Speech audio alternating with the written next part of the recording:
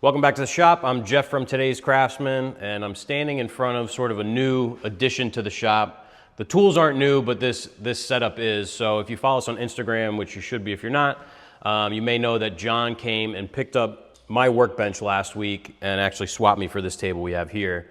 John's putting out a video on his channel pretty soon about adding some wheels to that workbench. But basically, I had to take all my tools out of that bench that I'm not really using at the moment, and I put them up here on this wall.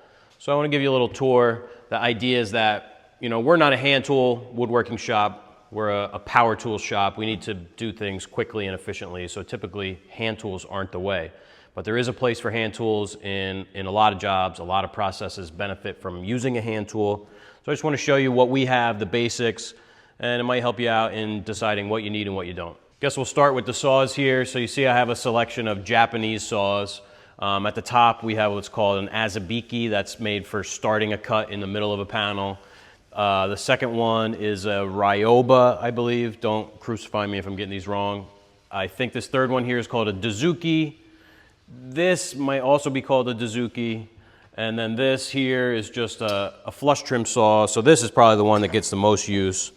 The teeth on this have no set, so you see I can do this and I'm not leaving any scratches on the table. So this is great for trimming plugs, trimming the ends of boards that you're gluing together and you want to trim one flush.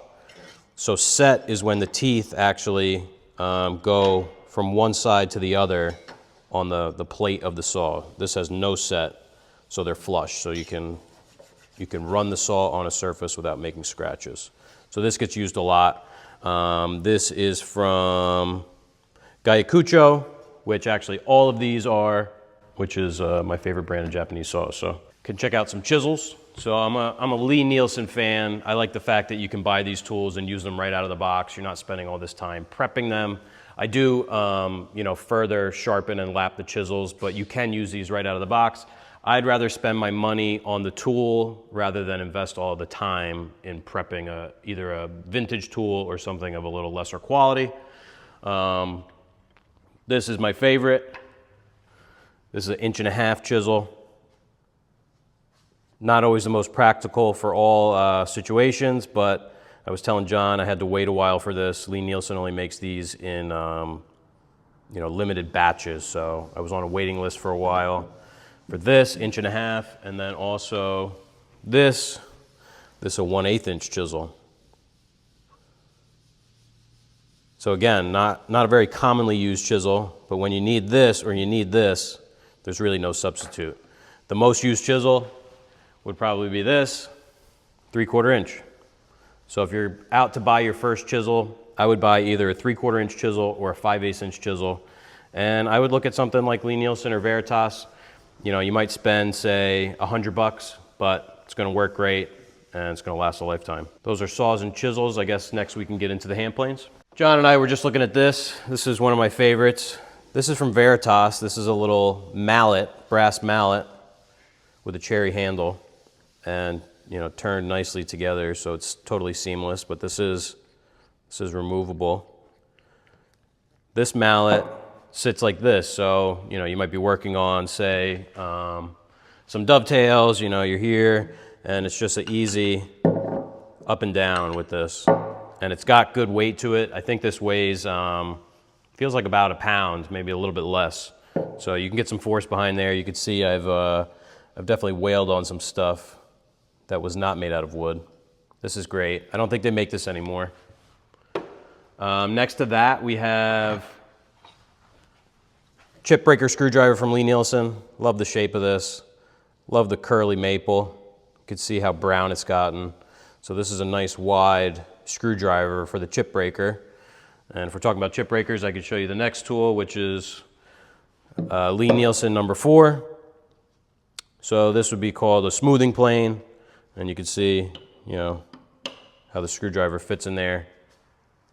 And I think there's probably, no, not on this one, but if you ever look at hand planes and you look at this screw that holds down the chip breaker, a lot of times they're all messed up because you use a screwdriver that's the wrong size. So this is nice and thick. It's almost an 1/8 inch thick to fit in there. I love this plane. Made out of bronze, super heavy. Again, cherry handles. This doesn't get a ton of use now that we have a wide belt sander, but back in the old shop, before we had the wide belt, I used this a lot for cleaning up edges.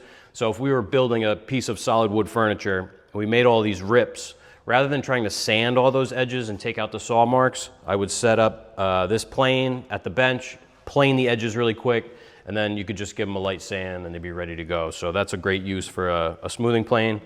You know, a bigger plane might be even better for that, a number 5, 6, 7, 8, but this works well, a little more versatile. This is a mortise butt plane, I believe it's called. Let's see if they have a number on here. I don't think so. So you notice this has a huge mouth. What this is used for is mortising in hinges. So you have great visibility, and you have these 2 handles so you can sort of push and pull and mortise out a hinge in the edge of a door. This is really handy. Just don't go too far. I've done that before and really messed up a door.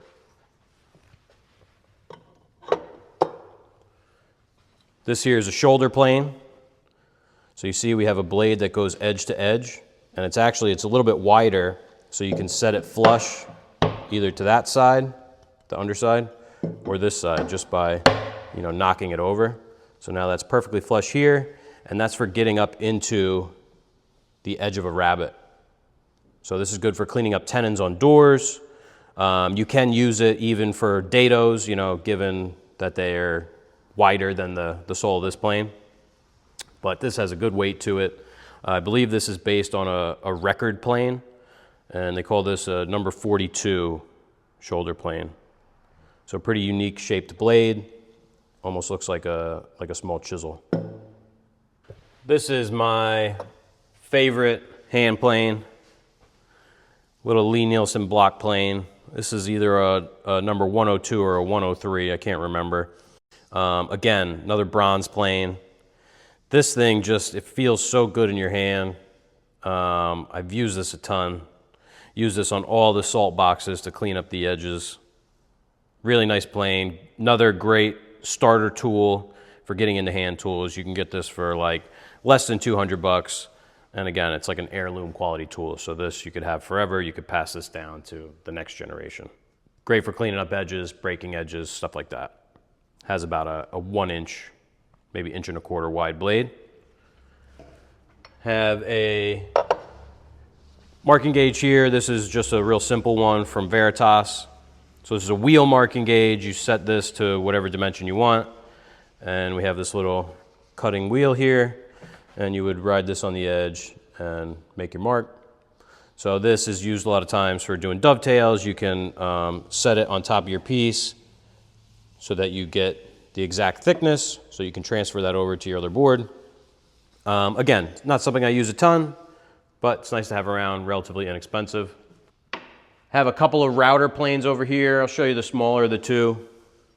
So this is a little router plane from Lie-Nielsen, the number 271. So a router plane is just like what it sounds like. It's like a little router with a straight bit that you can adjust up and down. So I use the chip breaker screwdriver for this as well. You can loosen that, and you see this blade moves up and down. So this is good for getting down into grooves. You can use it to trim flush little plugs and stuff. So let's say you had a plug and you didn't have a flush trim saw, you could cut it a little bit above the work and come in and just sort of pare it away with this. Good for getting down into dados. And they do make different blades for these. So they make ones that come to a point. They make ones that are certain widths for doing stringing inlay and stuff. And the big version here is essentially the same thing, just with some bigger handles and more adjustment and a wider blade. I have a bunch of spoke shaves here. These are the Boggs spoke shave from Lie-Nielsen, named after Brian Boggs, famous chairmaker. So I have the straight, I have the curved sole, and I also have the, what would this be, concave sole. So this is for doing like spindle work. This has just a slight curve in the sole for doing stuff that's not quite so flat. And then this is your general, you know, typical spoke shave with a totally flat sole.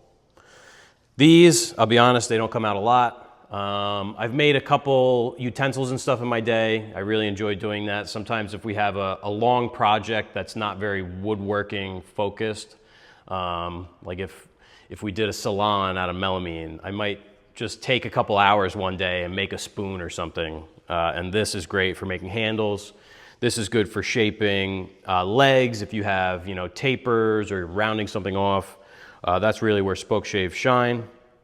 So these are nice to have. Again, this is not something that we typically use, but I like to have these around. So I have three Lee Nielsen spoke shaves. We have another one here that we'll talk about at the end. I have my Lee Nielsen Dovetail saw. Again, this hardly ever comes out, but I like to have it. I actually have this tattooed on my arm. This is based on Kelly Bauer's engraved saw. And I have the number 4 right here. Yeah, I love this thing. Nice stiff plate. There's something about a Western saw in certain situations that's nice. I like to use the Japanese saws for the most part, but like cutting a dovetail, I like the Western saw. It's really stiff. You can see the spine on this is like a 1/4 inch of brass. And it's got that classic handle. Just really cool. That's one thing about hand tools is there's definitely a cool factor. And, you know, just nice to have and to look at and to hold. And hey, it looks nice up here too. I have my fret saw. So this is from New Concepts. This, I think, is the aluminum frame. They do make one out of titanium. But this is just a nice lightweight fret saw, 6 inches deep. You know, it has a quick tensioner here. So again, this is used for like clearing out waste when you're cutting dovetails, or you always find a use for this somewhere. Again, you want to have this when you need it. It's not very often, but when you do, you can't really do without it. Here I just have this sitting here. This is one of the salt boxes that we made. This one is a mixed species, so it couldn't go out, you know, to one of the pre-sale buyers. We have walnut top and bottom with cherry side, so I thought that was pretty cool. Keep it up here. So lastly here, I'll show you this. I have this useless mini Veritas square, but I have this beautiful box. Oop. This was made by a gentleman by the name of Albert Klein, really talented woodworker down in Maryland. And I won this in a raffle. It was, you know, you make a donation and you got entered into this raffle. And inside is the matching spoke shave. So he actually did this marquetry, which is they're inlays. So these are all different types of wood and, you know, different grain directions and everything. Double bevel marquetry. So this is a little spoke shave from H&T Gordon. They're out in Australia. And you see this has a radius sole and a very small iron. So this is for very delicate work. I've got these cranked down. See how small the little iron is. This basically never gets used, but this box, just having this up there is great. I mean, it's a beautiful box. Nice lid. Beautiful straight grain fur, hand-cut dovetails. And Albert's actually working on a book right now. I think he just wrapped it up. Yeah, so be on the eye, or have your eyes peeled, be on the lookout for that. So yeah, this is a nice little tour, I think, of some essential hand tools. It's hard to do some things with a power tool, and sometimes it's faster to actually use a hand tool, so it's good to have these around, and you want to have tools that are dependable and work well. You don't want to fight the tool. You want to just be able to do the work and have it, you know, go smoothly. So if you have any questions about these tools or you want to see any of them a little bit closer, let us know down below, and we'll see you next week. Can you do like something really corny? Like maybe hold them at a different angle. Just That's good. And then maybe hold them like that kind of thing. Perfect. I'll have to put this in at the end.